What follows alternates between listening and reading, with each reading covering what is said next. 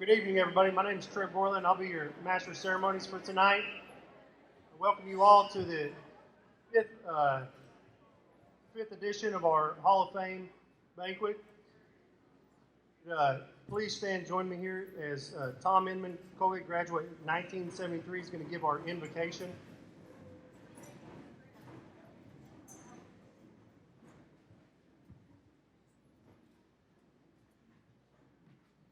Okay, I know he said it right. Sit down for just a second, please. I'll get you to stand back up. Steve, you made a mistake. Let me have a chance. Okay, I'm going to give you a couple of things. One thing I want to make sure everybody knows that Chucky Loudermilk was on the 72 football team, and I don't know if he was recognized, but he should be. So, Chucky, let's give him a hand. He's an important part of that team, too. Real quickly, I want to tell you something that's been on my mind. I'm thinking about Coach Mayer, our football coach, and coach here for a long time. Hebrews 12:1 says, "Run with patience the race is set before us." The word patience literally means endurance. Translated, Wildcats run with endurance the race that is set before us. Coach Mayer would have told you guys that. Everybody knows that a Wildcat is going to win or lose primarily by his endurance. You cannot quit. When it hurts you, you cannot quit. When your lungs are on fire, you cannot quit. When your feet feel like lead, you cannot quit. When your sides ache, you cannot quit. You'll never be a Wildcat if you are a quitter. Winners never quit, and quitters never win. I think Coach would have told you that if he would have been here. That's kind of a message from him, maybe from the grave. I played for him all through junior high and high school, had the opportunity to coach with him a couple of years. He was a great man.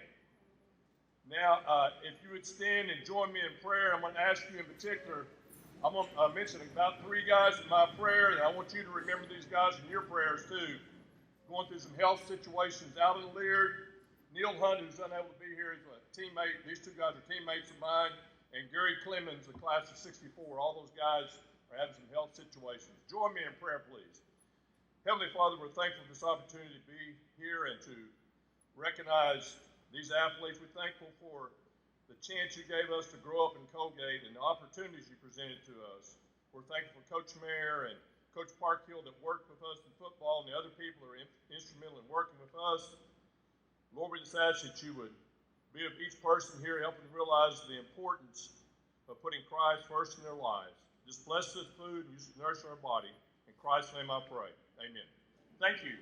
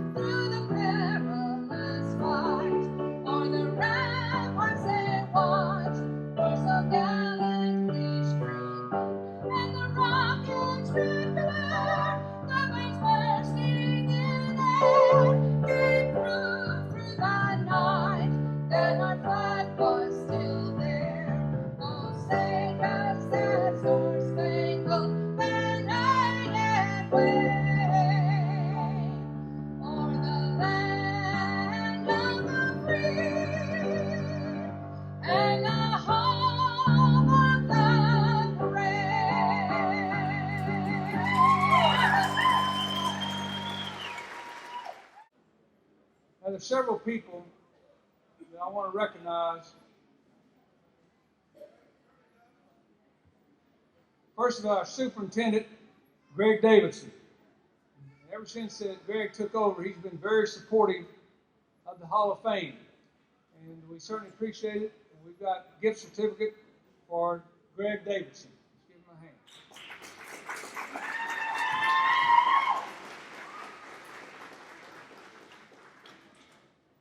Next is the elementary principal, who solved a lot of problems helping us put this thing together, and he's been doing it ever since we started 5 years ago.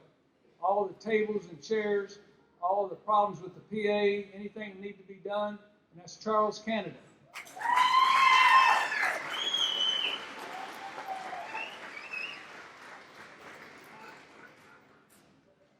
then other person that's been very instrumental, built this stage, built the trophy cases out in the lobby for the Hall of Fame, a tremendous carpenter. If you want to get a job, maybe you can hire him, and that is Philip Lee.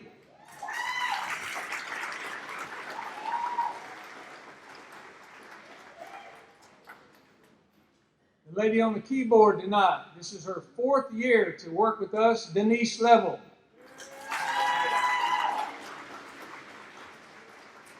Where's Rachel Hall? In the back, Rachel. She's in charge of the cheerleaders and serving your place tonight. All the centerpieces and the border for the runway is from Leslie at Coalgate Flowers. Leslie Ballard. A lady who's made this happen, where you guys have been able to read about the Hall of Fame for 5 years in the newspaper articles in the Coalgate Record Register. That is Wanda Utterback. Where's Wanda?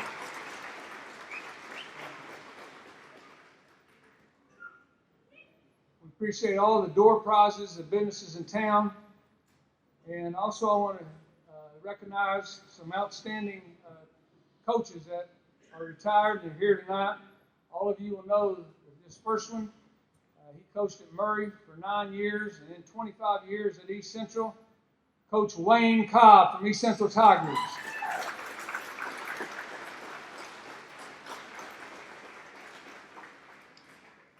Also a good friend of mine who won 2 state championships at Bean High School. Coached there for like 25 years. Won several tennis state championships. Alan Simpson. Raise your hand, Alan. Thank you. And a young friend of mine that I coached in basketball at Texas Western in Fort Worth in 1983. He's here with us tonight. Carl Fitzgerald, right here in front. Wave at Carl.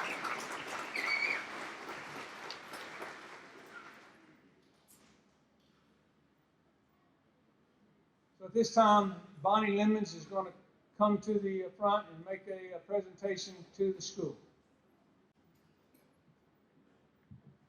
Y'all could probably hear me without this. I'm honored tonight to present to Coalgate High School the 2019 Hall of Fame plaque to reside in the Hall of Fame display case in the lobby.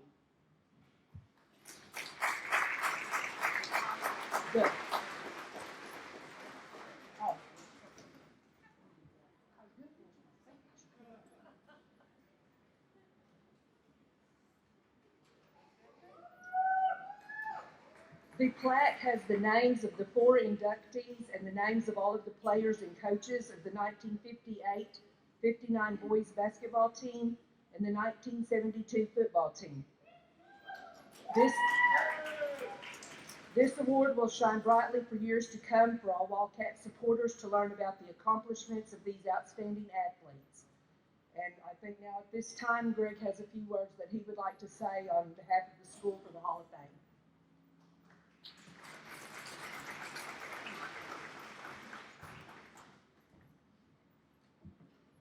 Steve told me I could say a few things, so I have about 7 pages, so y'all just hang tight. Now, good evening. On behalf of the faculty, staff, and Board of Education of Coalgate Public Schools, I would like to thank everyone for coming out tonight to the 2019 Coalgate Hall of Fame, Athletic Hall of Fame banquet. I know there was a lot of hard work that went into tonight's festivities, and I would like to recognize some people on the school's behalf. Mr. Canada, he was responsible for a lot of the logistics for tonight, getting the tables and things like that. Philip Lee, he's already been recognized for our cabinetry out here. Anything that you see trophy case-wise, Philip made those. He is really, really talented. Becky Hicks and Jackie Horton for their decorating. And of course, Steve and the Hall of Fame board members for all their hard work.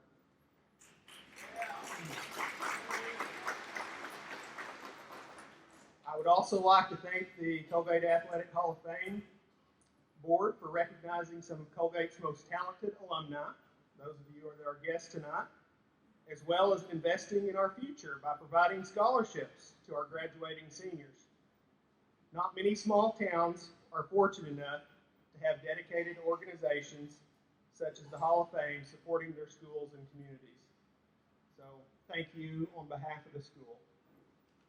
At this time, I would like to introduce the Hall of Fame board. Finishing her first year is Coalgate graduate Bonnie Lemons. Stand up, Bonnie. Bonnie is a familiar face to many of us and is a longtime supporter of our school and our community. Next is a gentleman who is completing his third year as a board member. Most of you know him as the longtime owner of Sonny's Grocery. He is also a former coach and teacher at Coalgate High School. Let's give a round of applause to Jack Bryant.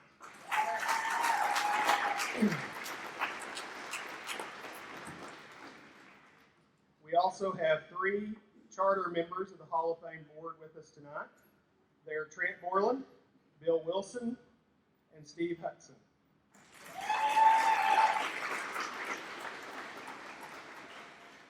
On this day in 2013, the first organizational meeting was held for the Hall of Fame, and these men were there. The following Memorial Day, Saturday in 2014, the first Hall of Fame banquet was held in the school cafeteria with 165 people in attendance. The event was then moved to the Fair Barn for the 2015 and 16 banquets, and in 2017 back to the gym here. And tonight we are at the 5th Athletic Hall of Fame banquet, and the attendance has grown to over 200 people for the 4th straight year. This time I would like for Trent Borland to stand and be recognized.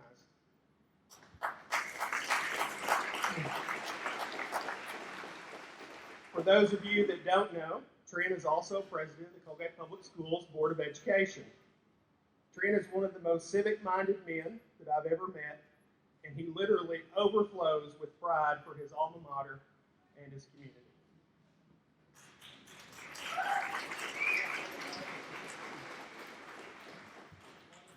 At this time, I would like to present Trent with a certificate recognizing him as the executive board member for outstanding dedication and service for 5 years of success for the Hall of Fame.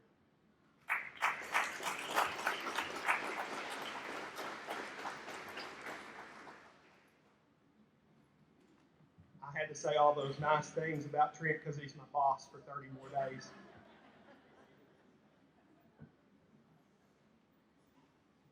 Next is Bill Wilson. Bill, would you stand and be recognized? Come on down, Bill. Come on. Actually, just come on up, Bill. Steve says, come on up, Bill. Bill is my go-to guy for school and community history, and I'm proud to call him my friend.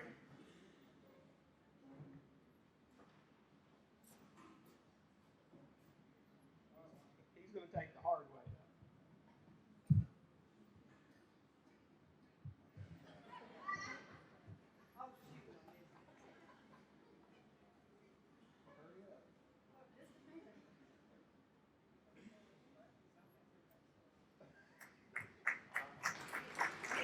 Bill is also being recognized as executive board member for 5 years of outstanding service to the success of the Hall of Fame. And lastly is Steve Hudson. Steve, come on up. Is a great supporter of Coalgate athletics, and his attention to detail is what makes this banquet so successful. Steve is also being recognized for outstanding dedication and service of 5 years to the success of the Hall of Fame.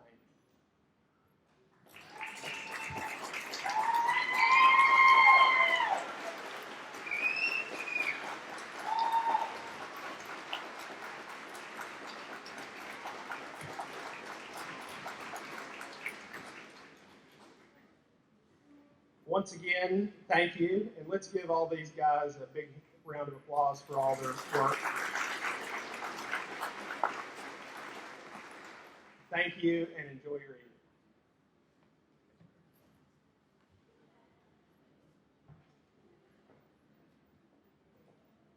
This time I'd like to recognize Bob Parkhill to come to the front. Bob is an assistant football coach here in head basketball in the early 70s, worked under Coach Donald Mike Mayer, and he's going to present tonight the 3 scholarship winners, and if they will also make their way to the stage at this time, the 3 scholarship youngsters. Let's go.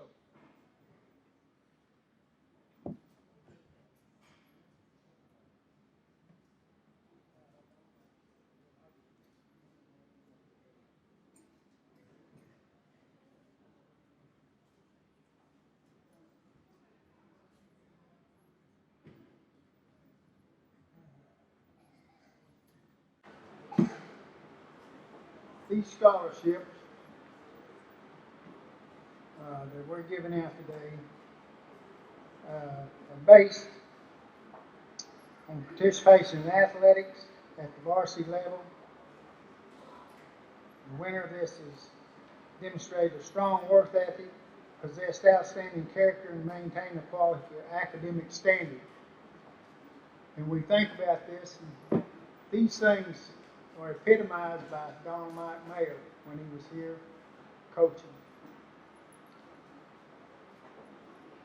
He was one well-organized individual, dedicated to coaching and teaching football and basics of living life to its fullest and on the straight and narrow. Donald Mike was just a good guy.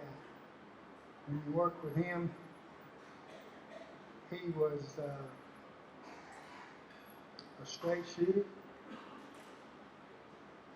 hardworking individual, and the things he taught you, you took it to heart, because the things, hard to say, he felt like if you did anything it was worth doing, do it right the first time, you wouldn't have to do it again. And one of the things, when I first came to work for him, here at Coalgate, was, of course, we have this, I was the basketball coach, and I come in new. He didn't know me, and I didn't know him. So we had a meeting, and he and I and the other coaches that were involved in football, and he were telling us things he wanted us to do and how to do them. So I said, he said, when you get out on the line, this guy's doing this, you do this, and you do that. And I said, well, what do you mean? He says, get down here. So we got out on the floor, and he showed me how to get in a stance and everything. And he said, now, when somebody does this, you do this. And he come up with a forearm and hit me in the chin. And then he grabbed me because he almost knocked me out right there. So he said, that's what we mean by forearm shiver. And I said, I understand. So whenever he told you something, you listened, because if you didn't, he showed you what he meant. And everything he did from the heart. And he was just a nice, well-grounded individual, and he was just a good guy. I want to present these scholarships to these 3 people, and they epitomize this, or they have shown that they have their athletic ability. They're good student athletes and have a plan on furthering their academic endeavors in college. The first award goes to Jada Reed.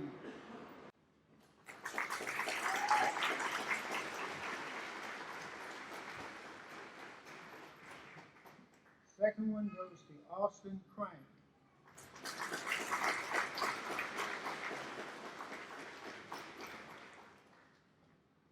And the third one goes to Tristan Marlowe.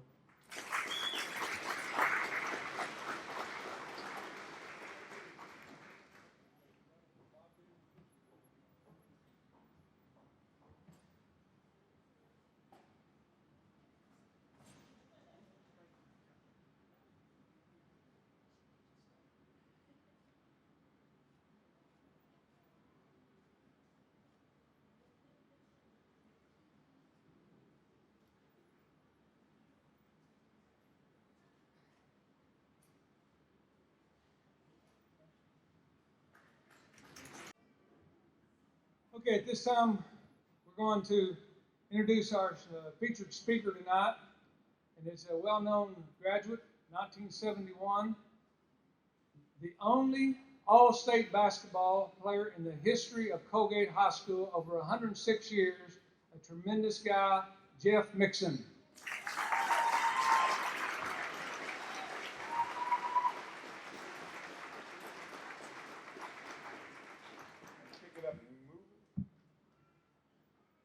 I heard some people say they couldn't hear, so Eddie, England, can you hear me okay? Dennis Story, can you hear me okay? All right. My name is Jeff Mixon, and as Steve said, I graduated here in 1971. I thought Steve was going to list more facts about me, but he didn't. There's L.A. Hudson. Hello, L.A. How are you? Anyway, I thought I'd fill you in on a few more facts because I'm of the age where I can ramble senselessly for a while and people will be polite enough not to stop me. Although Eddie Anglin has told me he's going to give me the sign if I go on too long. Anyway, I was born in 1953. Which makes me an old guy, doesn't it? Makes me an old guy. And I've learned that there are certain privileges in being old. For example, the other day I went to a grocery store near my home in Tulsa. I don't normally go to the grocery store. My wife normally takes care of that. But I went to the grocery store, and you know what I saw there? They had an entire aisle filled with bottles of wine, white wine and red wine in California. Did you know you can buy wine in a grocery store in Oklahoma? That was unheard of. I thought in Cole County you could only buy wine at Jerry Vaughn's liquor store, is what I thought. But anyway, I decided I'd give it a try. I got me a bottle of wine. It was a very expensive one. I think it was $5. And I went to the checkout register, and there was a young person there doing the checkout, and there was a young person sacking the groceries. And I pulled out my $10 bill to pay for my $5 or $6 wine, whatever it was. And I handed the money to the young man that was doing the checkout. And you know what he said? He said, "Sir, I'm going to need to see your ID." And I was thrilled that this young person might think I was too young to legally buy liquor in Oklahoma. So when he tendered me the change for my $10 bill, I grandly said, "No, you keep the change, that's fine." And I got my bottle of wine, and as I was getting to leave, I turned and looked, and they were sharing the money with each other, the checkout guy and the sack guy, and the checkout guy said, "Always ask the old guys for an ID. It works every time." Anyway, it is a fact. I was born in 1953.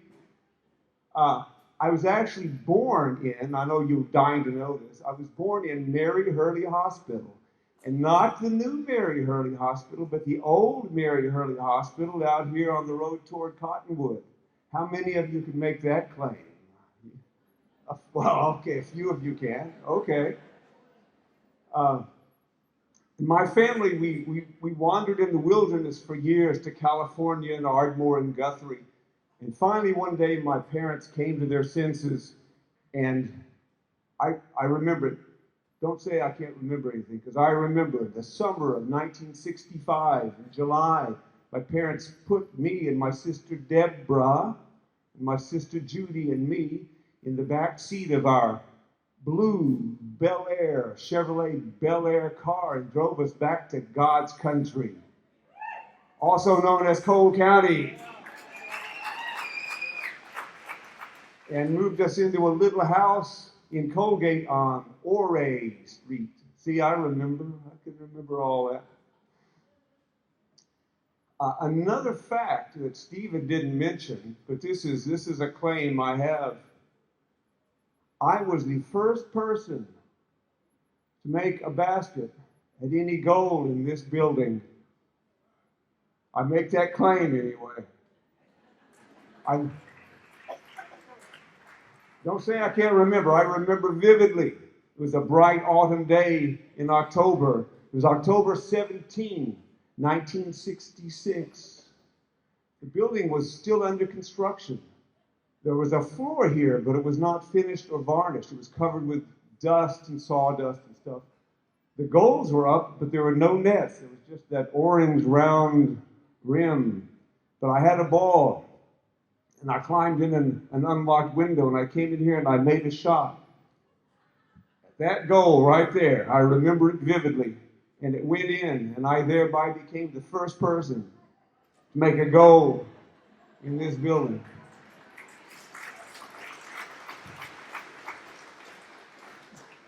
Actually, on second thought, it might have been a that goal. But anyway, after that, I spent many hours in here, many hours. And this place always seemed almost like a church to me, with a seating like a cathedral, wasn't it? At least it was to me.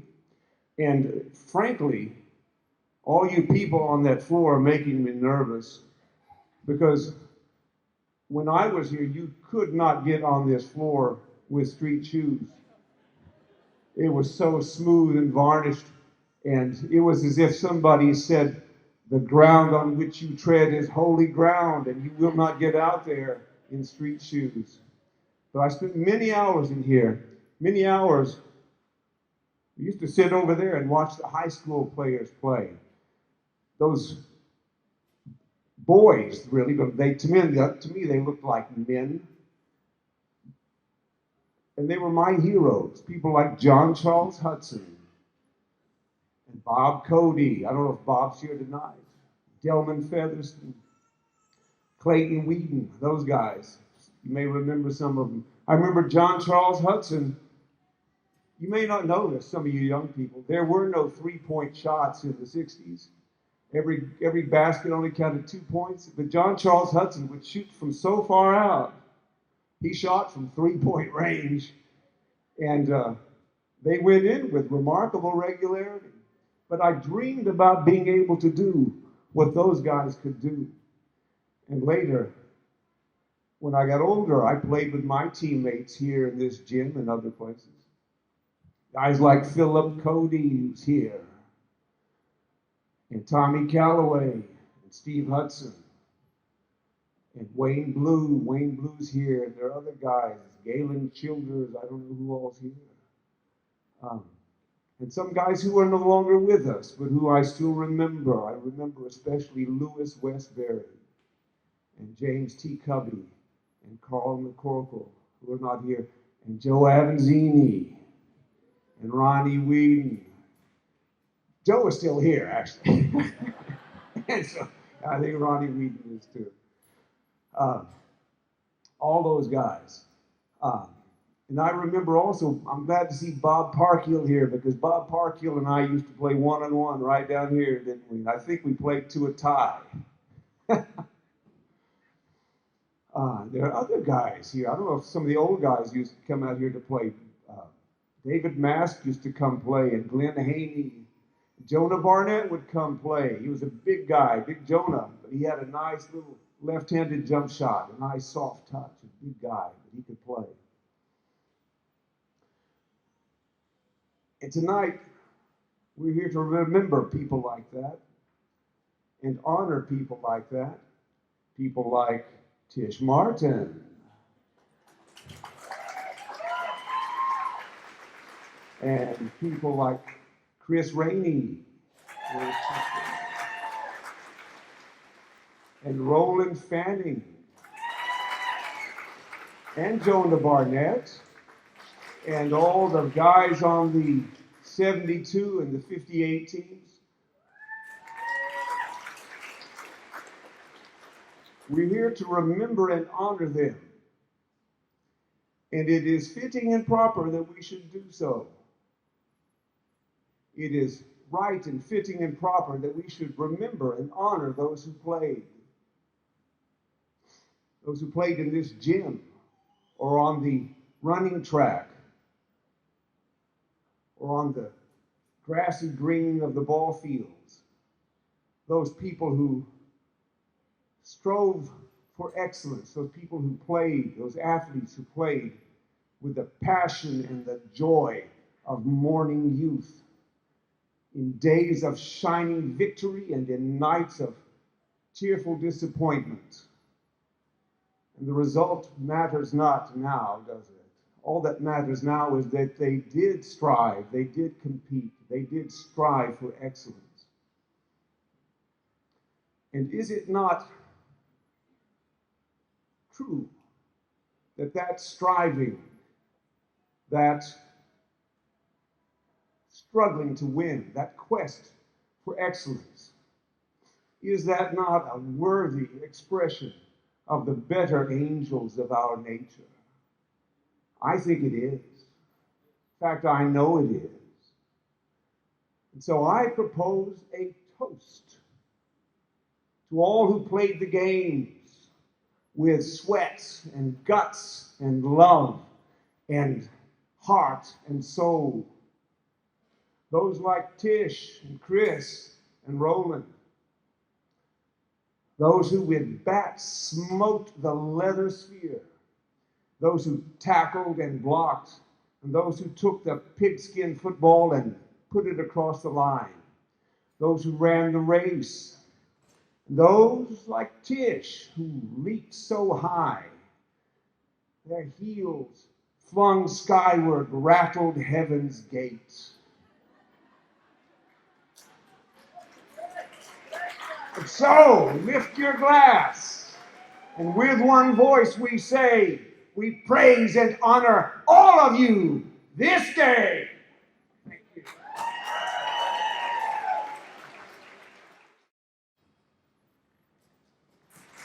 Ladies and gentlemen, the 1958-59 Coalgate Wildcats, welcome to the Hall of Fame.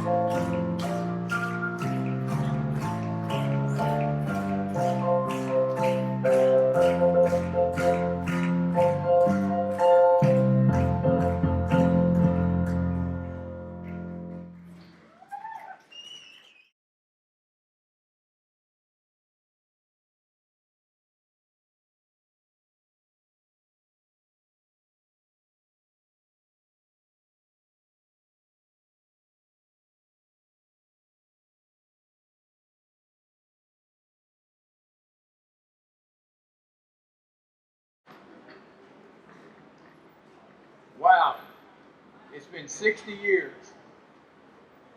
It's 2019. Still in my mind from time to time, we're back in 1959. But there's been some changes that have come along. No longer do we all reside in Cole County. Some of us live in other parts of Oklahoma. We even have those members of the team who live. Oh, okay. Some of them live out of the state of Oklahoma. I don't know why. Must be a gold mine out there or something, but you know, there's nothing like Oklahoma and southeast Oklahoma. But on a more personal note, as we look in the mirror, we see a change in the color of her hair. All of a sudden, those dark heads now have become white. Hairlines begin to recede. And very nearly disappear, but luckily, we can grow hair in our ears and bushy eyebrows. Waistlines have increased. That size 28 would just barely fit around my leg now. Close to a 40 around my waist. We've become fathers, we've become grandfathers, we've become great-grandfathers. But there are some things that really haven't changed with time. For me, on a very personal note, there's something that remains the same. In 1959, I was a sub, not a reserve, just a plain old sub. And guess what? I'm subbing tonight. I'm subbing for Dr. Joe Leone, a man whose influence on many of us has been great. Coach Leone demanded our best, but made sure each and every one of us felt ourselves to be a valuable member of that team. And this is exemplified in an event which occurred, I don't know, a couple, 3 years maybe, even before the 1958-59 season. So please allow me to digress just a moment to share that event. First, a bit of background. Prior to the 1954 U.S. Supreme Court decision in the Brown versus Topeka Board of Education, public schools in Oklahoma were segregated on the basis of race. As a result of that decision, schools across the state were desegregated, but Jim Crow law remained, at least here in the state of Oklahoma. Businesses could, by the very nature of the color of a man's skin, refuse services. Now for the event. We had played a B game and a varsity game. Oh, I won't say where it was at, but they didn't have a girls team, so it was a busload of boys. As boys will be, we were hungry. We stopped at a restaurant on the way home, and 1955, Coalgate schools were integrated. A couple of young black players were on our team. We went into that restaurant. The manager said, "No, we will not seat." Immediately, Coach Leone made it very clear to that restaurant owner, "Hey, you're dealing with a team." As we cleared the restaurant, we left. We got back on the bus, and we came home.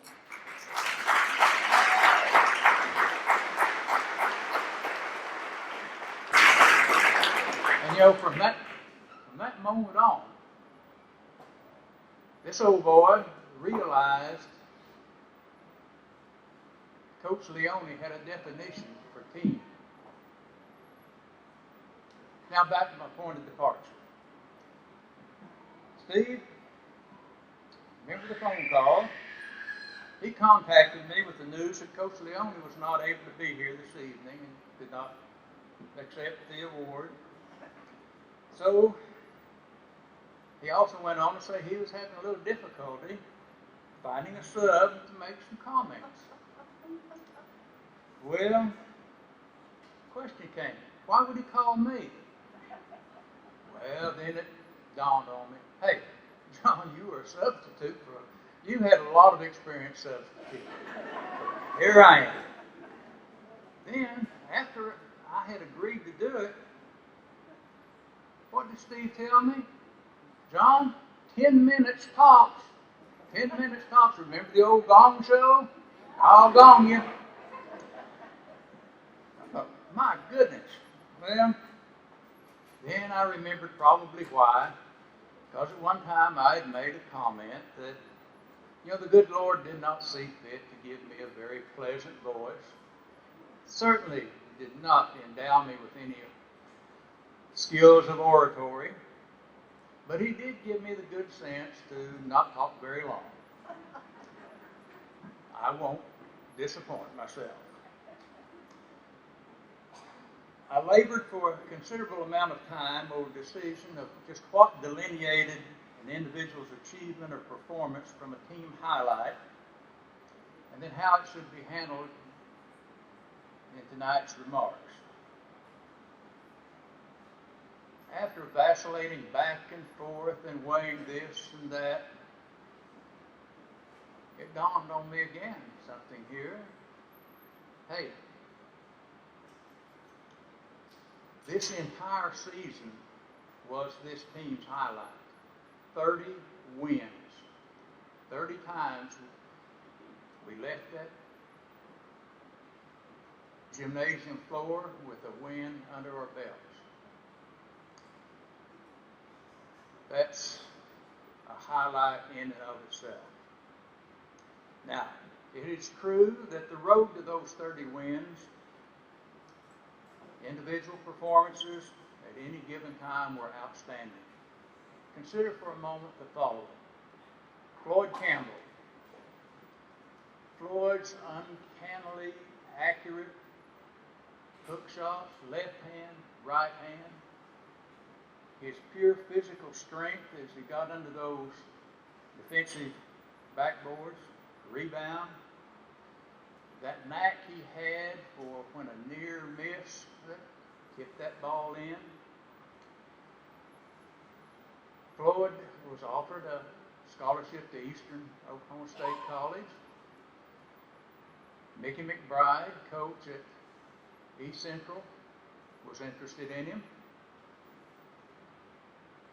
Then we have Elvin Sweeten. Elvin, I always thought you might have as many as 4, possibly 6 arms. Banging a ball down the court with Elvin Sweeten after you, you thought you were being swarmed. He had an uncanny way of playing defense. And that defense was complemented by a very fine offense. Elvin was the very first freshman to ever start on the legendary Bloomer Sullivan's Southeastern Oklahoma basketball team. Jesse Yother. Jesse was a cool head, a fine point guard. He had that knack of seeing who was open and getting that pass over to him. One of our plays was someone broke to the goal and he'd hit him. If that didn't open, we didn't have someone with a set shot. Jesse, just a pretty good shot himself. Scored a number of points from the top of that key. Then we have Joe Vishnak. Joe had an eye for the basket that would rival Bob Cousy. And you younger folks, you may want to Google it, but it would verify them. And you know, if I were going to bet money on a shoot-off between Joe Vishnak and Bob Cousy at his peak, I'd bet even money on Joe. Lester Berryhill.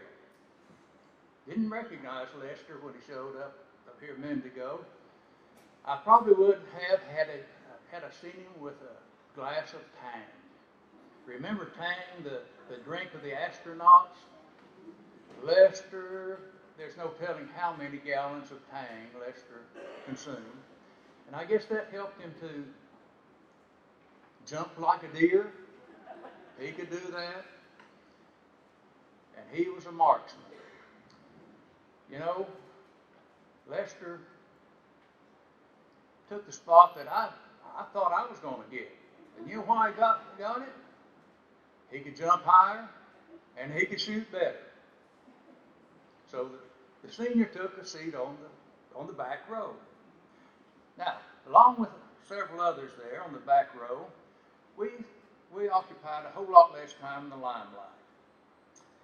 You know, we had a different role to play, but you know, importantly, we were members of a team. And regardless how sterling the performance that anyone made, no one was a glory hog. Glory hogs were not on the 1958-59 Wildcat boys basketball team. It was always a team accomplishment.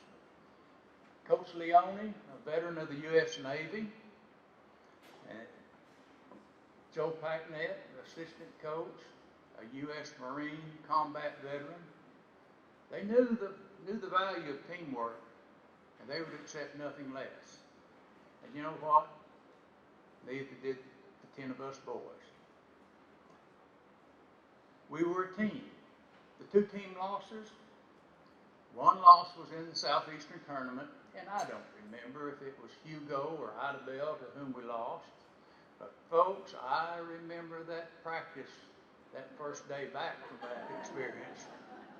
You talk about guarding exercises, and as I told Elvin a moment ago, he and I probably were the most feeble ones coming up, but none of us, I just don't believe we could handle those guarding exercises and the fingertip push-ups.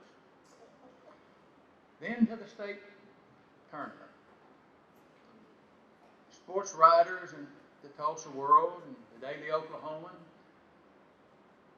had Coalgate 15-point underdogs.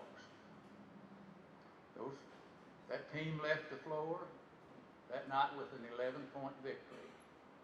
Not bad for a bunch of old kids from Coalgate, representing Little Dixie quite well. We went on in the semifinals and we lost to the eventual state champions, Winoka. But keeping in mind now that in 1959 there were no second chances.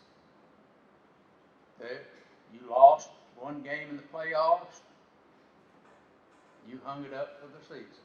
The season was over. So that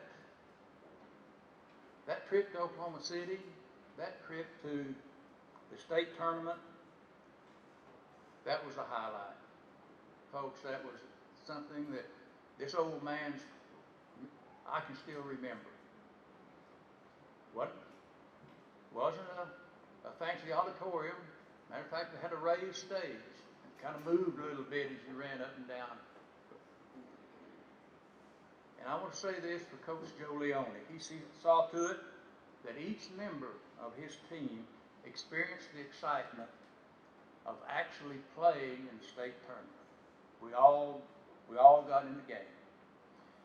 So on behalf of Coach Joe Leone, Assistant Coach Joe Barnett, and the 1958-59 Coalgate boys basketball team, I extend our appreciation to the Hall of Fame Selection Committee for bestowing this honor upon us. And it was an honor for us, individually, and more importantly, as a team, to represent Coalgate High School at the Oklahoma State High School Basketball Tournament. Thank you very much. Good night from God bless.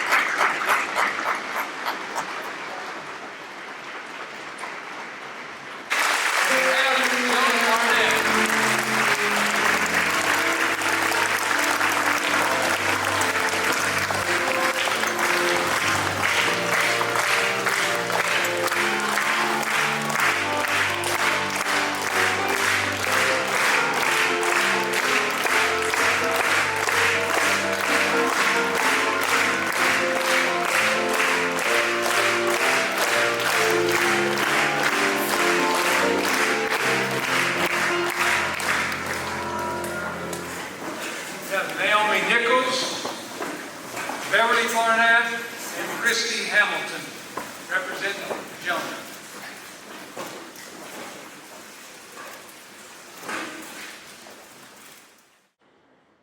We're really glad to be with all of you Wildcat fans. We would like to thank those who felt that my dad, Jonah Barnett Jr., was worthy to be a member of the Coalgate High School Athletic Hall of Fame. His athletic days at CHS were one of his most cherished and highlights of his life. His friends and his teammates, they held a very special place in his heart, and he talked about them a lot. He would have really appreciated this so much.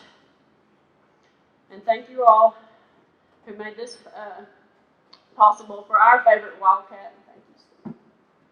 Thank you.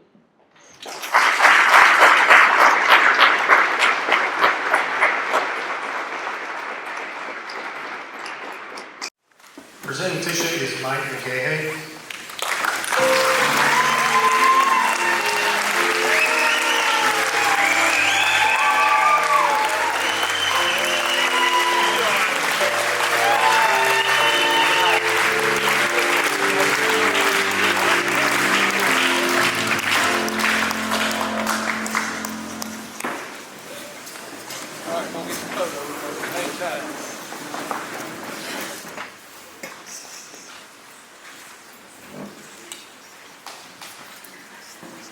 Well, everyone knows that I'm not really good about being in front of a lot of people and getting center of attention, so it's kind of hard for me. I just want to thank Coach McGahey and the Hall of Fame Committee, my family, my friends, the dear Lord up above.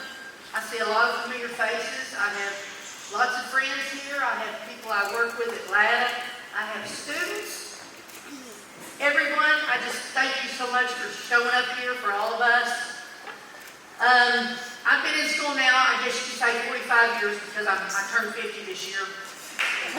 Woo!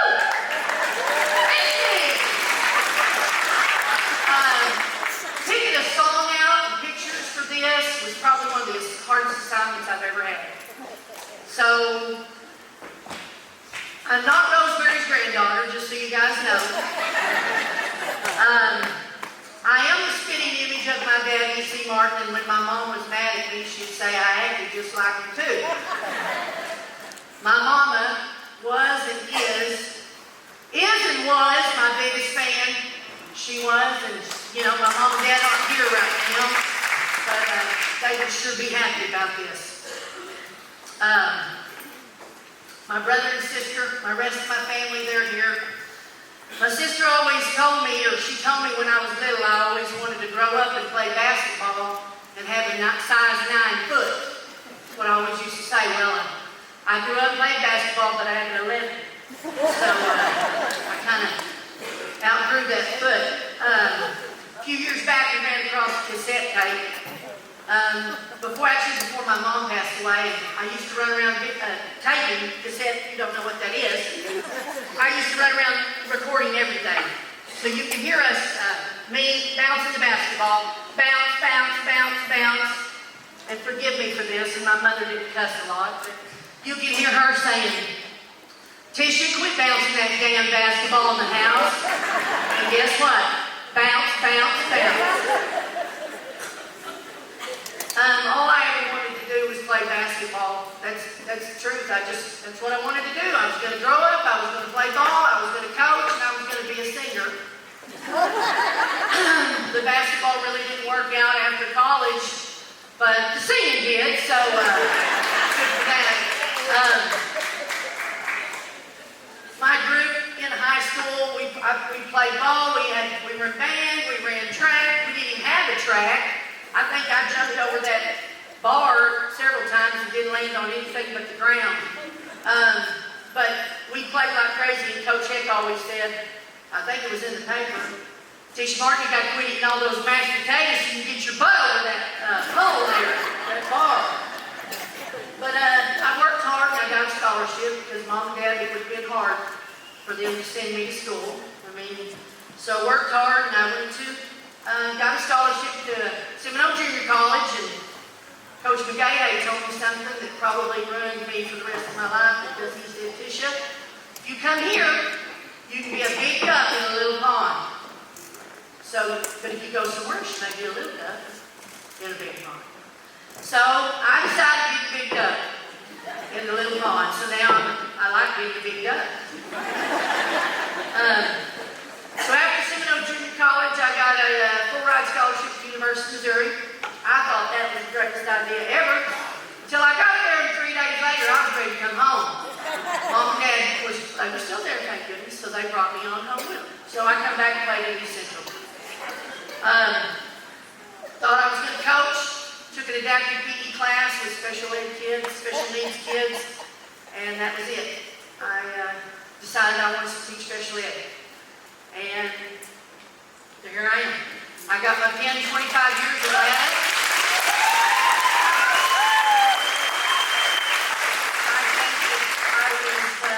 I think it was a calling from God. No one would ever believe that I grew up to be a special ed teacher, especially my friends and probably family and a lot of you guys. That's just not something people still say, "Hey, what are you coaching, Tish?" I'm not coaching, I'm teaching special ed. Love my job. Every single day I get to play, and I get to have fun with my kids. And there's one right there, Tori Grace. Love her. She's also a special Olympic champion. She just got back from being a champion last week, so she's sharing in my joy here. Go Wildcats, thank you so much. That's it, I'm done.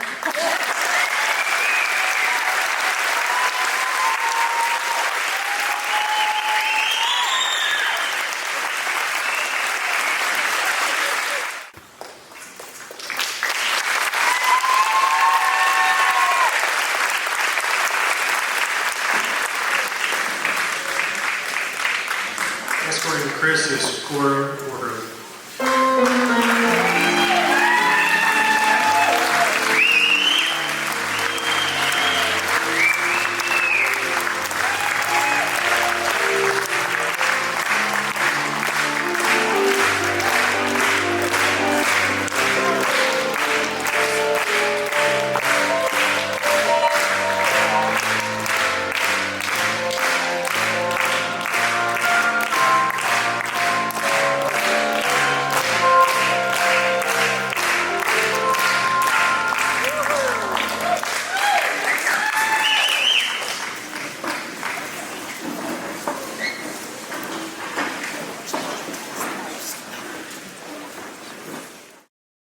Roland and I were talking about it earlier today. We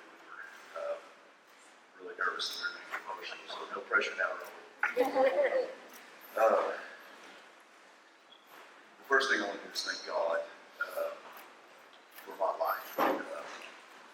I cannot.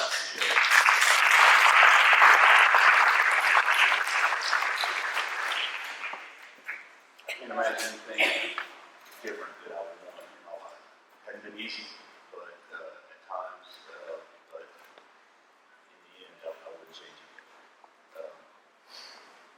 Hey, I'm sorry, I'm going to interrupt because everybody wants to hear you. You get that mic right there so we can all hear you. Secondly, the Hall of Fame board members nominated me and selected me for the 2019 class. I know two things. If you're in the Hall of Fame, you've done something special. The second thing I know is you don't do anything special without love, support, and encouragement from others. And at this time, I just want to recognize some of those people, starting with my mom.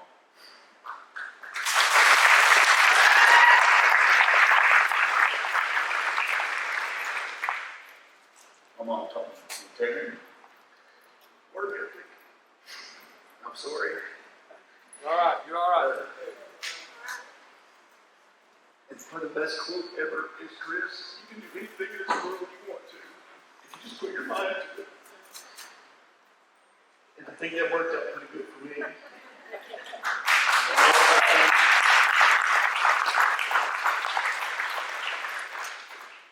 If I've heard that once, I've heard it 1,000 times, and now my kids have heard it 1,000 times. And to see my daughter getting the opportunity to play division softball, and I know my son was her food today. As a dad, it's just unbelievable. So, Mom, thank you. My wife, Stacy.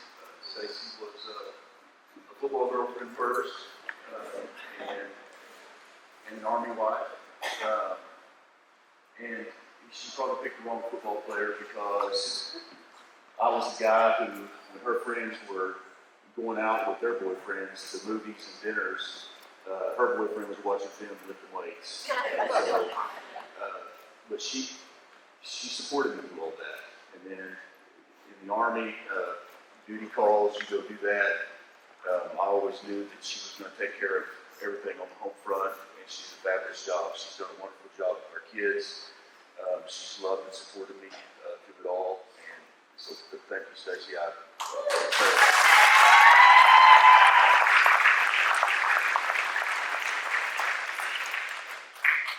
My Uncle Chuck Loudermilk,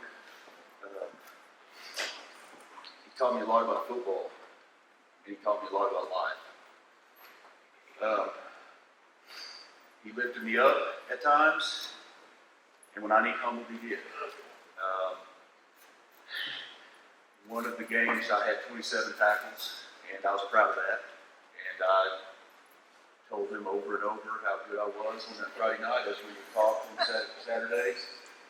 And I always used Chucky and Tommy and Danny as kind of my measuring stick of how I was progressing through high school. And I said, Chucky, how many tackles did you average? Without missing a beat, he said, well, I averaged 27. So, the game of my life if you average that. So anyway, so it's pretty humbling. But anyway, so thank you, Chucky.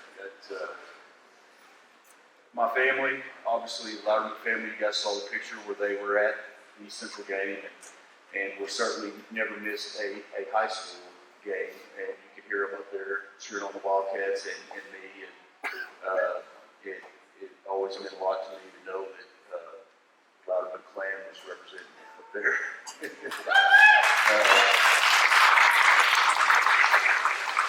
And some of them after high school didn't get away with that because in college, my mom dragged out okay to Northwest Arkansas and West Texas and all over the country watching me play at Southeastern. So I don't think my mom or Stacy ever missed a game that I played. So thank you. Obviously, teammates, high school and college. I learned so much from those guys and those experiences. I learned to lead from two guys. Billy Heffley, my sophomore year, he was a senior, unbelievable leader, unbelievable man. And Greg Lawrence, Southeastern, he led by example. He led vocally. He led every way that you can lead. And my junior year, his senior year, he took a team that was pretty good and made us great just by, if we needed a big punt return, he did it. If we needed a block punt, he did it. If he needed an interception, he got it. And so just learning from those guys how to lead and how to carry yourself, handling success, I'll never forget that. Teammates, as you know, we saw the class earlier. When you have that tight-knit bond, you'll scour the end of the earth for people. I got a teammate here tonight, Brooke Stafford, that drove from Lufkin, Texas, because he wanted to be a part of this night. Not only did he drive from Lufkin, Texas, his family's on vacation, and he's going to join up with them later. So thank you, Brooke, for being here.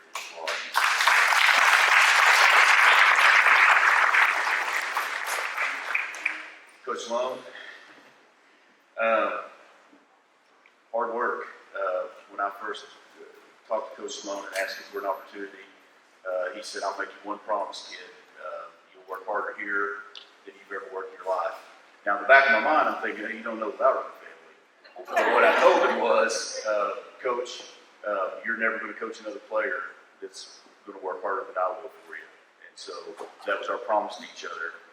And going through Coach Sloan's off season, I'm convinced that's what got me through regular school, because it was So, some of those off-season days were a little bit heartbreakers for both times. So thank you, Coach.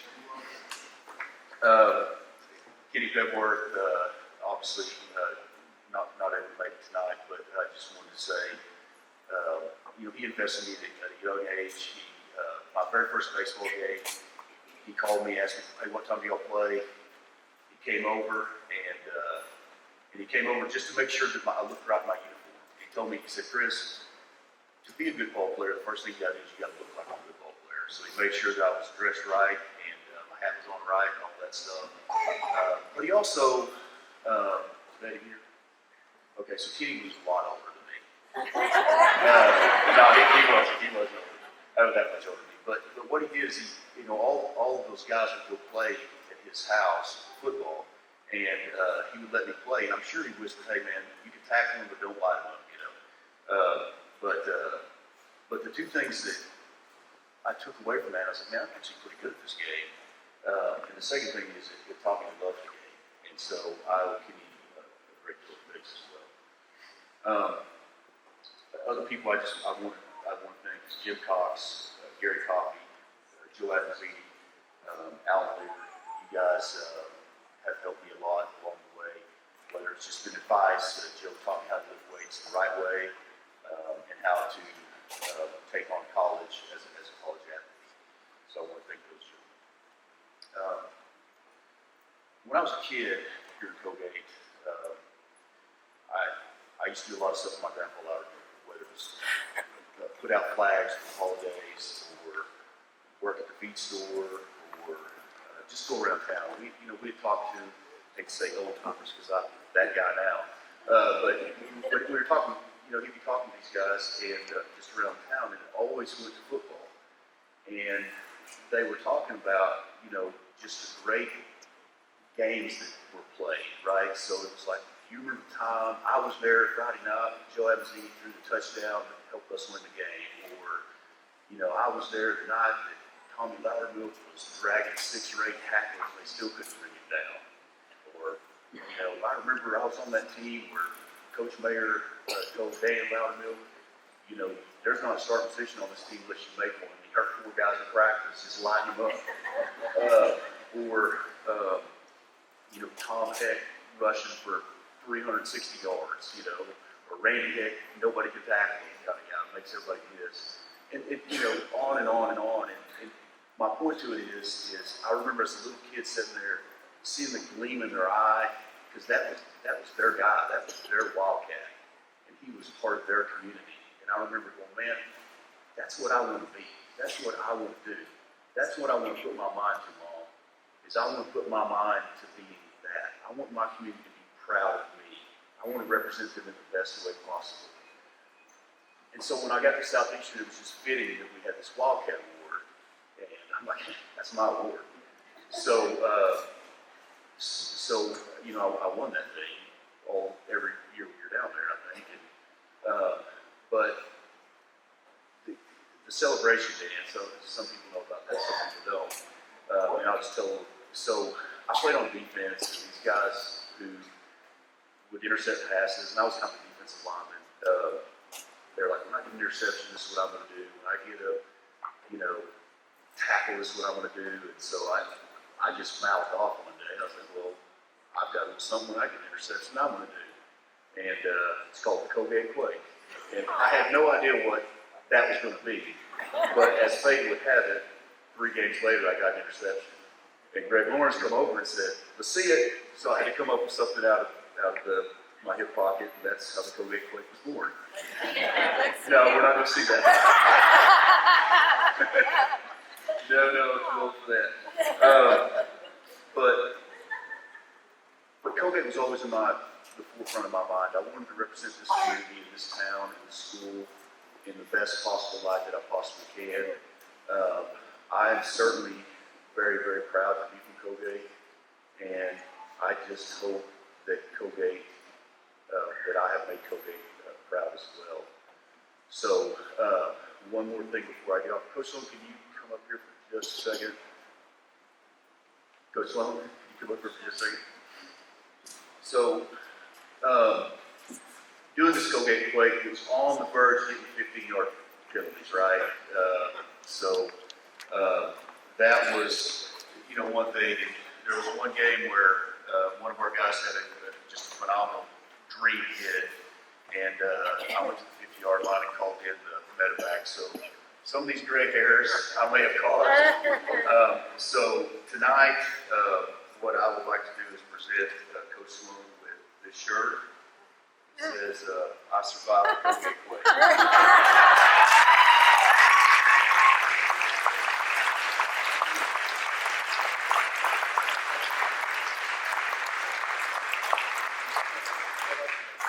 I'll wear this about one night a week.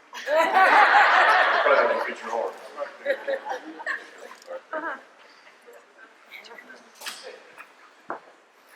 This is a great honor. It's a great event, and I'm very honored and blessed to be able to be a part of it. Thank you.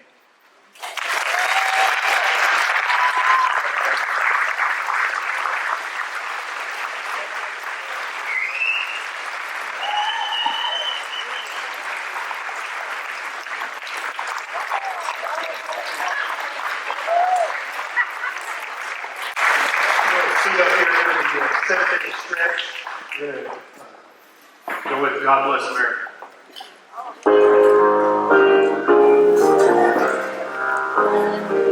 And stretch and sing. God bless America. When that I love, stand beside her and guide her through the night with the light from above, from the mountains to the prairies, to the oceans, white with love. God bless America, my home, sweet home. God bless America, land that I love. Stand beside her and guide her through the night with the light from above, from the mountains to the prairies, to the oceans, white with love. God bless America, my home, sweet home. God bless America, my home, sweet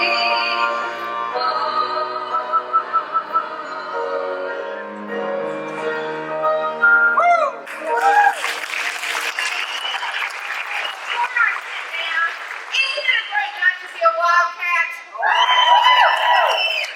And I'd like to be the first one to give an honorary Wildcat degree to our pianist tonight, who is from Atoka. But I want you to know,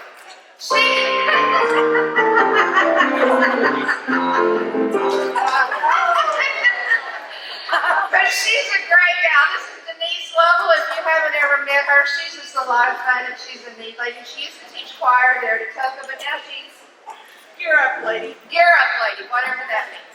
And then the other thing I would like to say is, I am just so proud of Steve for birthing this idea and it becoming this great, great thing that we have here in Coalgate.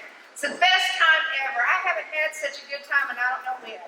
It's just a great time. So anyway, thank you, Steve.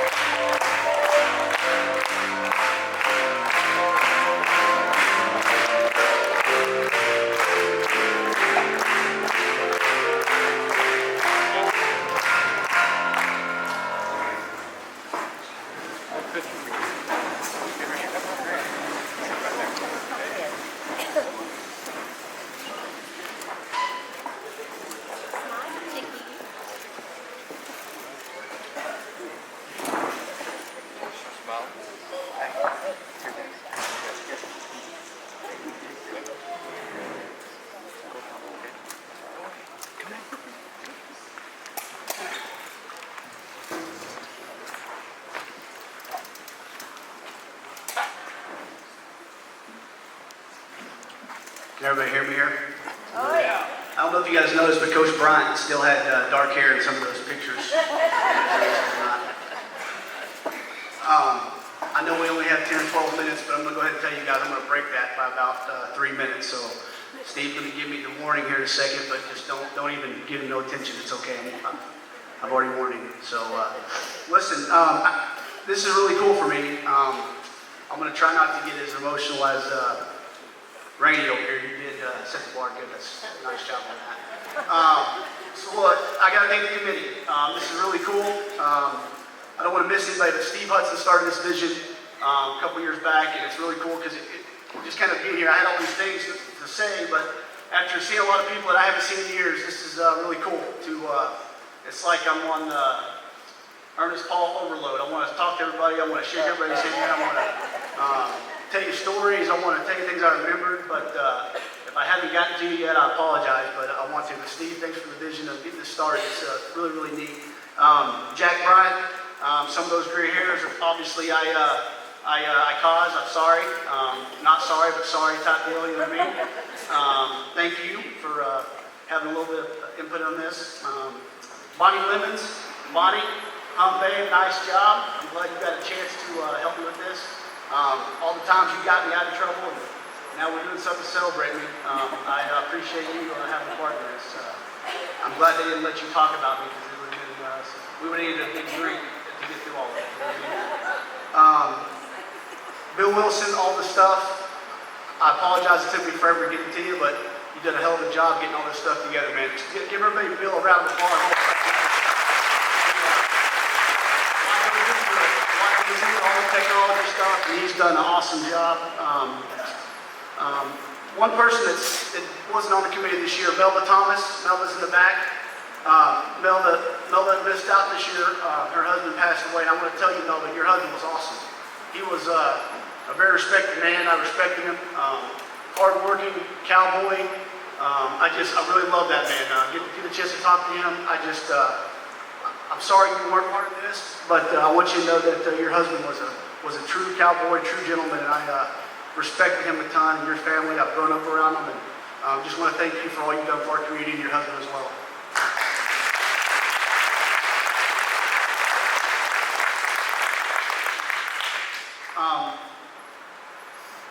My man Trent Borland here, he's a stud. I don't know if you guys know this, but he's like the Coalgate Wildcat historian. And you guys start dropping facts or any knowledge of Coalgate athletics, you better ask him about it. But he's been a true friend. Always supported me along the way, whether it be Southeastern, whether it be, it's kind of funny. I'm at Southeastern and everything's fine. I go to Oklahoma State, I got a lot more friends. I go to Arkansas, Little Rock, not so many friends. Kentucky, I go to Kentucky, all my friends come back. And Trent's been there the whole entire time supporting me, and that means a lot because in the coaching world, as a lot of you guys know who are athletes or coaches, there's some good times and there's some hard times, and you figure out who your friends are when you go through maybe the tougher season. And Trent's been there through the good and the bad, and I appreciate your friendship, man. He does a hell of a job. So.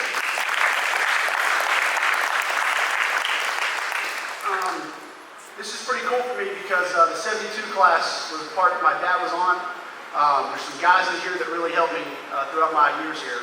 I think Tom Christine was on that team. My dad was on that team, and there's a guy here by the name of Joe Evansine. You guys might know him. Yeah.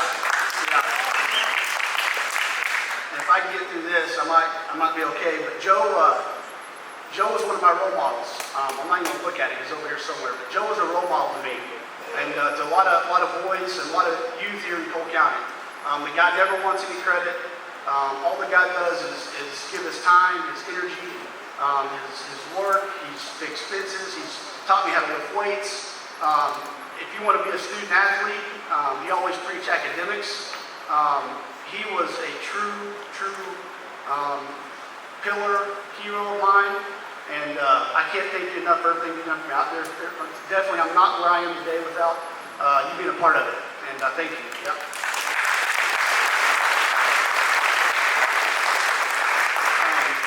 This is also really cool because of some of the other inductees. Tisha Martin, she was a stud. Obviously, she's a lot older than me. I never got to watch her play. But, sorry, she dropped 50 on us a while ago. So. my mom and dad always talk about you, how good you were, and that was really neat. And then Chris Rainey. Chris Rainey just, we just sit here and talk about all the stuff he's done in his life, but this guy's did 3 tours overseas in the United States Army.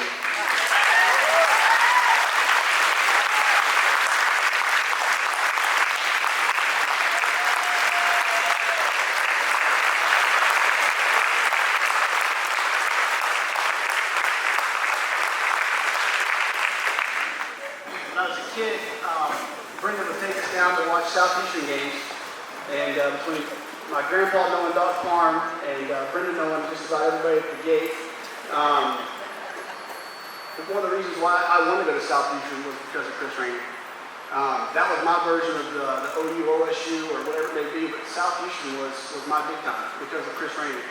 And then, watching him kind of grow up, and like you said, the guy was a walk-on, and there's some student athletes in here. This guy's worked for everything he's ever gotten. He's where he is today because of hard work, people telling him no. Coach Sloan gave some hard truth, the guy just went and did it. And being a coach now, I love those type of players. And like I said, he's a hero, and one of my heroes, and somebody that I always want to try to be because he did it the right way. And totally respect you for that, man. You're an awesome dude.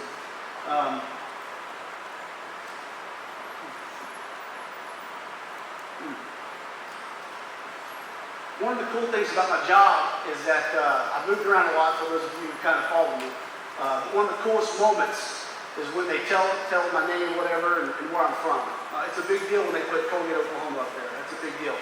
As Chris said earlier, I'm proud of being from Cole County. I'm proud of being from Coalgate, Oklahoma. The people here, they're hardworking, they're honest, and they're tough. They're tough. And sometimes in the coaching world, and in the sports world, you have some tough times. But tough times never last, tough people do. And that's something I learned right here in Coalgate, Oklahoma. There's a room full of tough people, and people that have worked hard to get where they are. And that's rubbed off on me, there's no doubt about it. And I wouldn't be where I am today without Coalgate preparing me, without the teachers preparing me, without my coaches preparing me, my family preparing me. But this is more than me. This Hall of Fame that I'm here is years of teammates, teams, coaches. I can tell you this, my high school season started off in the fall of whatever it was a long time ago. We were 0-10, and we were not very good. And then came Joe McCulley and Forrest Mazie, and we kind of changed the way we looked at football for a little bit. And that really is what sparked kind of the winning back in the energy back into, in my opinion, Coalgate football there for a really good strength because of his ideas and the way he coached. He also would get guys to come out there and play. But that's what leaders do. That's what coaches do. That's what Joe Abenzini did for me. That's what my dad did for me. That's what my grandpa did, was finding ways to get the most out of me when maybe I didn't want to because they're tough. And it's prepared me. Coach Birchfield, he's not here, but he's also a big part of some of our sport teams here. I think you might have coached Chris, but Coach Birchfield, our senior year, we came up a little short. I'll never forget this. We're playing, I think it was Panama. And we get beat in a regional tournament. We're like the 4th team in the country, or in the state, sorry. 4th team in the state, and they wound up beating us. And they wound up jumping in the Coalgate Pond after a Coalgate Lake and right fielder after they get them beating us. I'll never forget it. I sit there and cry forever. And but I'll tell you this much, I never want to get beat again. That sometimes you have to go through some losing to kind of find the bright side. But Coach Birchfield, I can sit there and remember there in the dugout with him. I think we probably sat there for 30 minutes. I wish Brandon Madden was here, but we finally kind of got ourselves together and got out of the dugout. And I'll never forget not having those moments again. Being in the locker room with your teammates, with your coaches, you miss those moments. We're kind of coming back here tonight, seeing a lot of the people, a lot of people that I looked up to as a kid. It's just been really, really cool, and it's just a special moment. The other cool thing about this is sharing this with Ernest Paul, my grandpa. And he was, as you guys know, he was my hero, my biggest fan. And he went into first class whenever this thing started, and I didn't have a chance to come to that. But he was a guy that taught me how to shake somebody's hand. He's a guy that taught me how to go up to somebody, tell them how it was, greet them, talk to them, hard work. A lot of the values that I have that made me good come from that man. And like I said, he would have loved this. He would have loved to be here tonight. He taught me so much, and I miss him every day. But one of the coolest things in that article that Trent did was he wrote this nice article, and it said, in the absence of EP, the spot of Roland's biggest fan has been taken over by his oldest daughter, Amy Jo. And I remember I got a little emotional because I always thought that, and I'm thinking about that, if she can ever love me like I loved him, then I've done pretty good. So he was very, very special. And I know a lot of people here knew him and can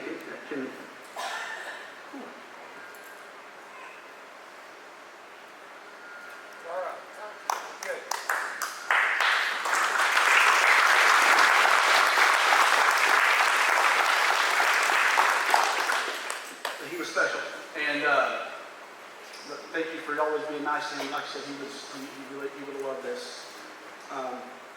My team, I'm going to try to finish up here, but my team, I'm going to talk about my team. That's my wife and my two kids. I get known for being a recruiter. I recruit college athletes, and the best recruiter, the best sign I've ever had is my wife Beverly over here. She is taking care of everything that around the house, our kids. I'm gone a ton. She is definitely the best thing I've done is marry her, because she's given me two wonderful daughters. And I never thought I'd have daughters, and I knew I wouldn't change it for the world. And she's been all the movement, all the stuff we've done over the last 7, 8, 9 years, however long it's been. She's awesome, and couldn't do it. Wouldn't think about doing it without her. The last two people I'm going to try to thank here are my mom and dad. I said this to Trent when he called me. He said, who's some big influence in your life? And I'm a firm believer that boys get their toughness from their mothers. And those of you know who my mom is, she doesn't lack in that department. She's tough. She's hard-nosed. Like it or not, she's going to tell you what she thinks, whether you want to hear it or not. And the word tough is something that I think that has helped me get to where I am today. Without her and her toughness and her love and her support, as I sit here even talking to you guys, I look over at that bleachers over there, because this was the home side, and everybody would sit here, and my mom would sit all the way over there by herself so she could get a piece of referees, myself, other teammates. She didn't care. She just had her own little section. It was that's what I love about her. She's special, and all she's done for me over the years to keep me going coaching. There's times I want to tap out of this profession, and she wouldn't let me do it. And I thank her for that, because without her support along the way, there's no shot I'm doing what I'm doing. So she taught me toughness, and that's important. My dad, Ernie, he taught me work ethic. The guy never complains, he never makes excuses. He'll bale hay, he'll cut hay, he'll mow hay, he'll feed cattle, he'll wake up early, he'll stay up late. If you got a flat tire at 2 in the morning, you call him, he'd come help you. The guy needed to show up his back and help me chase this dream of mine, because it is a dream. I'm coaching college baseball for a living. It's fun, it's a game. But without him teaching me how to work, without my mother's toughness, without my grandfather's charisma, I'm not where I am today. Without the people here in this room, I'm not where I am today. Without Joe Evans, there's no doubt I'm not where I am today. Without a role model in Coalgate, Oklahoma, like Rainey, I'm not where I am today. And I'm thankful. I'm thankful to be in this Hall of Fame with people that care about Cole County. As he said, I hope I make you guys proud and continue to do my coaching career. But this is home for me. I wear it on my hat every time I look at my hat. It's home. I see Cole County on it. And this is special because I get to share with a lot of special people. Thank you, I love you, and go Cats.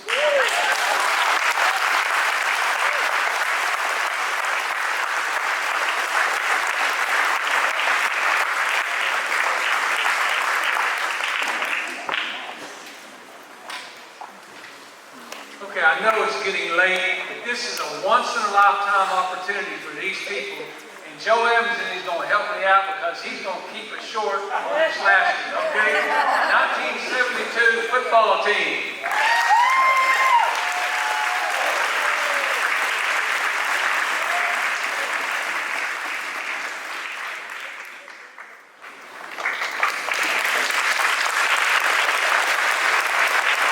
Ladies and gentlemen, the 1972 football team into the Coalgate Hall of Fame.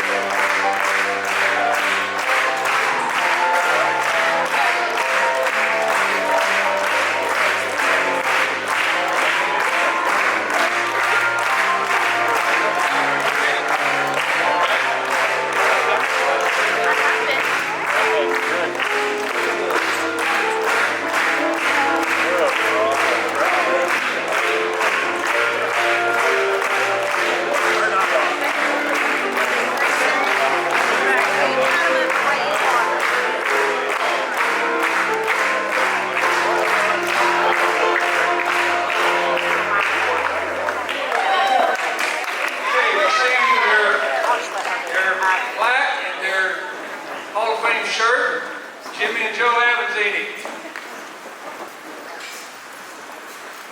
Robert Bates.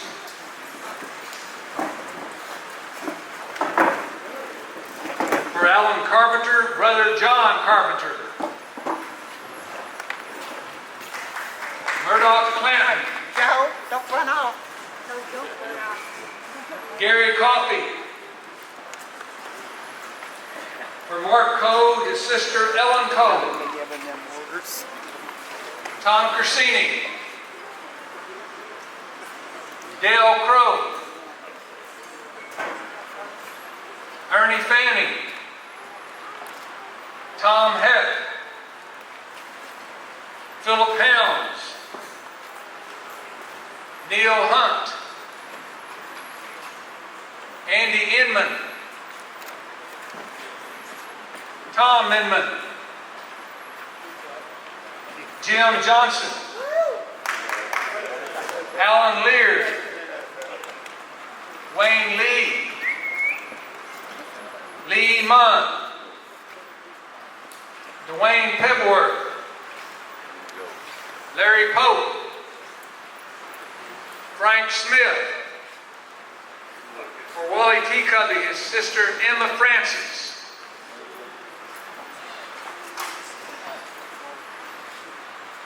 And I got in it before the evening tonight. Chucky Loudermill told me I was on that team, so he can blame Joe Avanzini, Chucky Loudermill.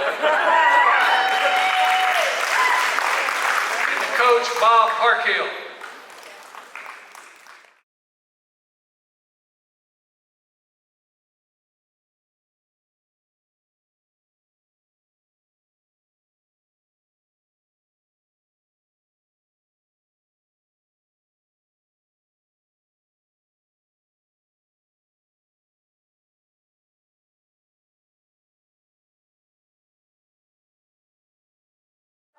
Steve, I really appreciate you asking me to cut it short right there at the last second.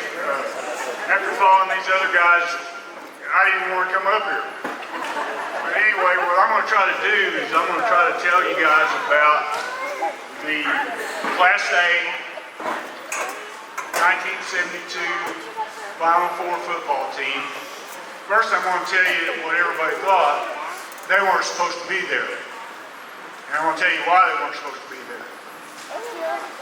Number one, they didn't have enough size. Okay?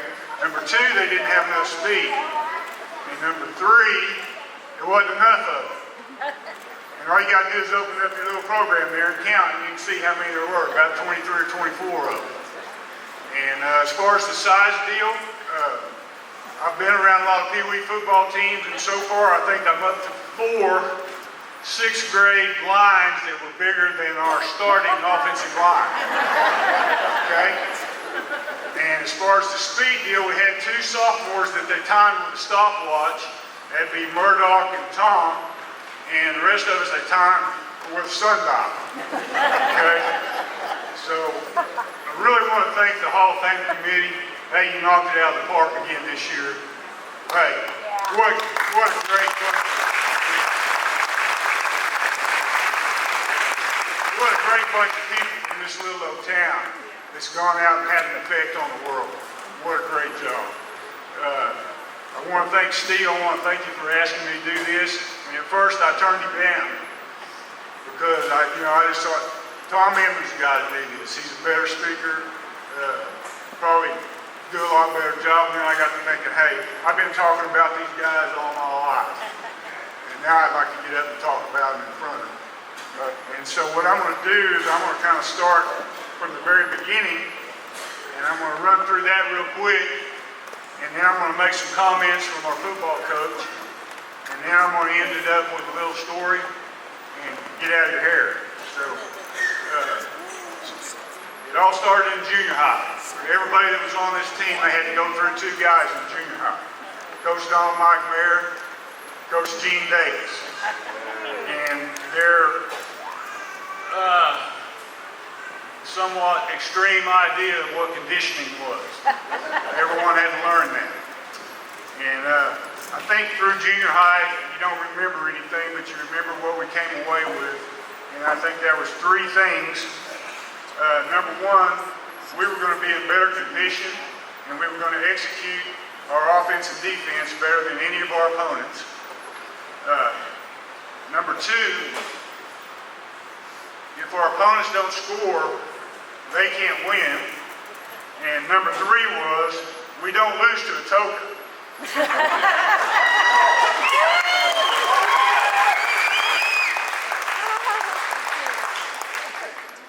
Jump to 1968 season, and we got to watch the 68 football team demonstrate some of those things. And when they chewed up yardage with Tommy Loudermilk and Eddie Anglin throwing passes, and we're sitting over there saying, we want to be them. We want to be them. And we got to watch these guys have 6 straight shutouts.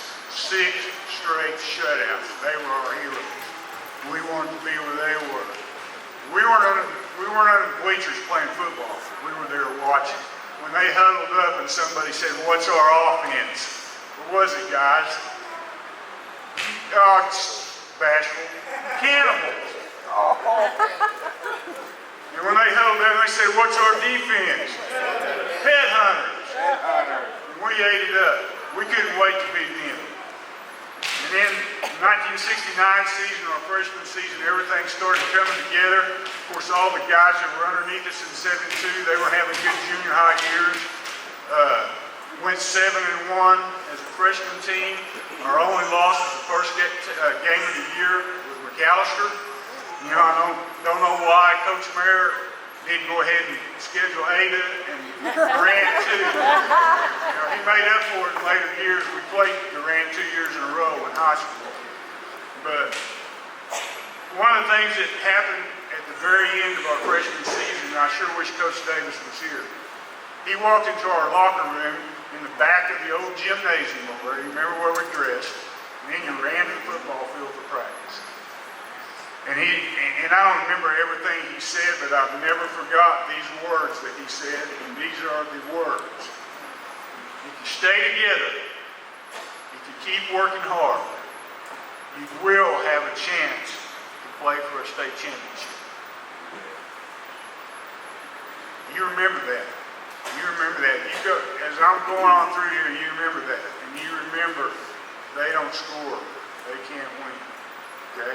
Jump to 1971 season when the 72 seniors were juniors and on down.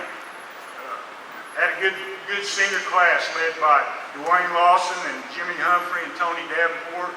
Good guys, and we needed good leaders that year. But Roland, you talk about lose. You want to hear about lose? Here's how this season started. Oh, by the way, I got to throw this in. Coach Parkhill showed up that year. Bob Parkhill came in as the offensive defensive line coach and as the head basketball coach. He was also part-time middle linebacker on the scout defense. Okay? And I know you guys remember him over there, about 210. Didn't need any shoulder pads, guard somebody's helmet, playing middle linebacker against our starting offense. That was great times right there. That was great times. But here's how the season started in 1971. Our first scrimmage was with, Eufaula. And they had a couple of guys named Selman. Leroy and Dewey Selman were still there. And 1 year from that date, they would be starting on the defensive line for the University of Oklahoma. So, you know, they were okay. And it was beaten. And I'm going to come back to that later. Our first game was with Stigler. And Stigler won the district that Eufaula was in. Stigler was okay. Stigler actually ended up beating Atoka in the quarterfinals in Class 2A, the class above us. Eufaula's Class 2A. Stigler's Class 2A. Stigler actually went to the state semifinals in the class above us. They got beat 14-14 by Jinx. Okay? Pretty tough class. That was our second loss in a row. Lost our first game. Second game, we lost to Sulphur. Did not score. Third game, we played the heck out of Durant for a half. Nothing to nothing at halftime. I think we ended up getting beat 26-0. There was only 24 of us. They had lots more than that. Okay? But here's what was happening. These guys on this team didn't just take all those words as words. They took them to heart. These guys bought in. Okay? These seniors wouldn't let us get down. We wouldn't let ourselves get down.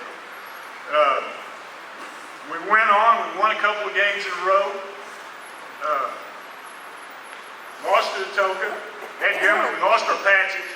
That's how important it was to Coach Mayer that we not lose. If you went undefeated for 3 straight years against Atoka, you got a patch for your letter jacket that said, never lost to Atoka. Coach Mayer was serious about that. He was serious with a lot of stuff. And he spoke plain words, but he went to your heart. If you wanted to take it to your heart, he went right there. Okay? Bring up something about Coach Parkhill. And our other coaches, they were all from Southeastern. I don't know what the deal was about Southeastern and conditioning until I finally looked it up. I Googled it.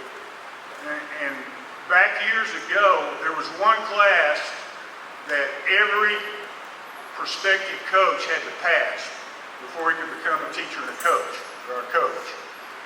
And that class was called Run Their Butts Until They Think They're Going to Die. Okay? And then they had to follow it up the second semester with one that said, stop before they do. But anyway, you get the drift, and apparently Southeastern was still that way when you went there, Chris. So, anyway, junior year, ended up making a goal line stand against Tisha for the district championship. We were beat if they scored. They had to score, they had the ball inside the 5-yard line. First down, had to stop 4 plays, and we did, and we won the district championship. And as a reward for that, we got to go play Bayan at Bayan. Bayan was 15-0 that year, 14-0, state champions. And they beat us pretty good. But I'm going to tell you what, about 2-3 minutes right before half, it was a 14-6 football game. Okay? So we learned something. We learned we could play with the best. And everything these guys did, they're sitting among you, they learned something. The next year, a lot of excitement in the air. Of course, after that junior year, you know, whatever doesn't kill you makes you stronger, right? So we're all pumped up. The girls are pumped up. I was going back reading through some of the old yearbooks. Every girl was talking about athletic season next year. And by the way, Susie, thanks for putting that together this afternoon. That was great. You got to see a bunch of people I hadn't seen in a long time. Thank you all for coming. That was super. I really liked that. So anyway, what I'm going to do now, I tried to think of what to say, and I can't say it any better than our coach did. The first quotes I'm going to read are out of the Ada News, and this is following the buy-in game where we knocked off the defending state champion, shut them out, stopped the 24-25 game winning streak. This is after going into the season not favored to win the district, picked second in the district behind Craig, beat Craig 26-0, came up against 8-0 Conwall, beat Conwall 30-something to nothing. Went through a pretty good season. Pretty hard to cover it all. Jack Bryant, you covered it all. Thank you, sir. Every game in the Coalgate paper, man. Thank you. That was a great article you did about these guys. Thank you very much. Here's Coach Mayer being interviewed. As the Wildcats continue their scoreless binge against Class A opposition, fiery Coach Mayer is the man responsible for the rock-hard Coalgate defense. He said, "Our theory is that it's hard to lose when you don't give up any points." He told us that in the 7th grade, right?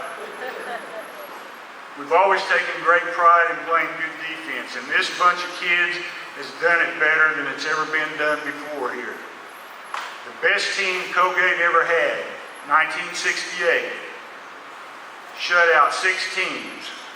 This game makes 8 for us. Mayor says this win must raise the highlight on Coalgate's football history. To our knowledge, Coalgate has never been this far and never knocked off the #1 team in the state. The coach wouldn't single out anybody for additional praise after the game. He said, "Name them all. Name them all. Stick together." After the loss in the semifinals, here's what he had to say. Mayor described this year's team as having the finest team spirit I've seen on a high school team. I think that the biggest thing about them, all of them, Mayor said, they never quit. They didn't even quit when Hominy had them down by 20 points, and a touchdown wouldn't have made any difference. They went out and moved the ball. They're real champions and will always be to me. I've coached a lot of fine boys and players. We have not had any complete team with better team spirit than this team. Everybody was pulling for everybody else, and I'm proud also that so many of our former players were pulling for them too. Those guys from that 68 team, they were behind us that whole season. They were coming to games. How proud it made us. That was so great. And now here's what I think about this football team. And I got a pretty good story here. Going back to that youth fall scrimmage. I know this is long, Steve will take. They don't have anything else to do. Going back to that youth fall scrimmage, junior year, and like I said, this was almost from junior high on through like the stars aligning. Because these guys, like I said, we're not supposed to be there. Usually, the first play of any ball game started with a play called 36 power. I write 36 power. And the quarterback took the snap, and he turned, and the fullback and halfback led through the hole, and handed it off the tailback, and they followed them through. Well, the first play against Eufaula, Coach Mayer decided to call 36 power pass. Same play, except you fake it to the tailback. And in this case, it was me faking to Tony Davenport. Alan Lear was running an outcut and then turning up the field. After you hide the ball and carry out your fake a little bit, you raise up, and Alan's wide open down there. Okay? So here we go, hut. I step back, I fake to Tony Davenport. Now, I don't know which one of the Selmans hit me, but I never got my head turned back around. Flat, face first into the grass, go back to the huddle, and my offensive linemen are picking, you know, like you see on TV every once in a while, offensive linemen are picking grass out of my face. This got buried. And the rest of the scrimmage didn't get any better than that, really. I think it was like 45-0. It was brutal, okay? So we shake hands and we're walking off the field, you know, and I'm dragging my butt off the field because one of the Selmans actually lined up at fullback on offense. And these guys' thighs were bigger than my waist at the time. These guys were loaded, but we hit them all night long. We just didn't do much with them. But anyway, I'm dragging my butt back to the bus, and here comes Jim Johnson walking by me.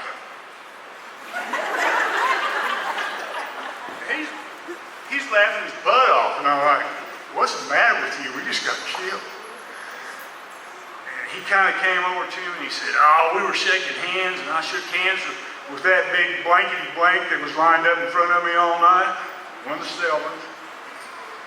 And when we shook hands, he said, you little blankety blank, you've been hitting me in the ankles all night long. That's how I've always thought about you guys. If you was big enough to hit somebody in the mouth, you'd hit them in the mouth. If you wasn't, you'd hit them in the knees. If that wasn't enough, you'd hit them in the ankles. And I'm so proud to have played the game with you. And I wish I could start naming off everybody. I couldn't have got my stories in if I did. But just know that to me, that was a complete team. And in practice, same thing. In fact, I blew my punchline. Because I said, hit him in the ankles. I was going to say, well, that just like in practice. And I don't know how many of you guys have told me over the years, you know, games never seemed that bad because of the practices we went through. And we hit each other in practice. And we walked off friends every day. And it was a great experience. I've relived it so many times over the years. And I thank you, Steve, for giving the opportunity to share it. And I thank everybody that's been here tonight. And I hope you have a safe trip home. And like I said, go Cats.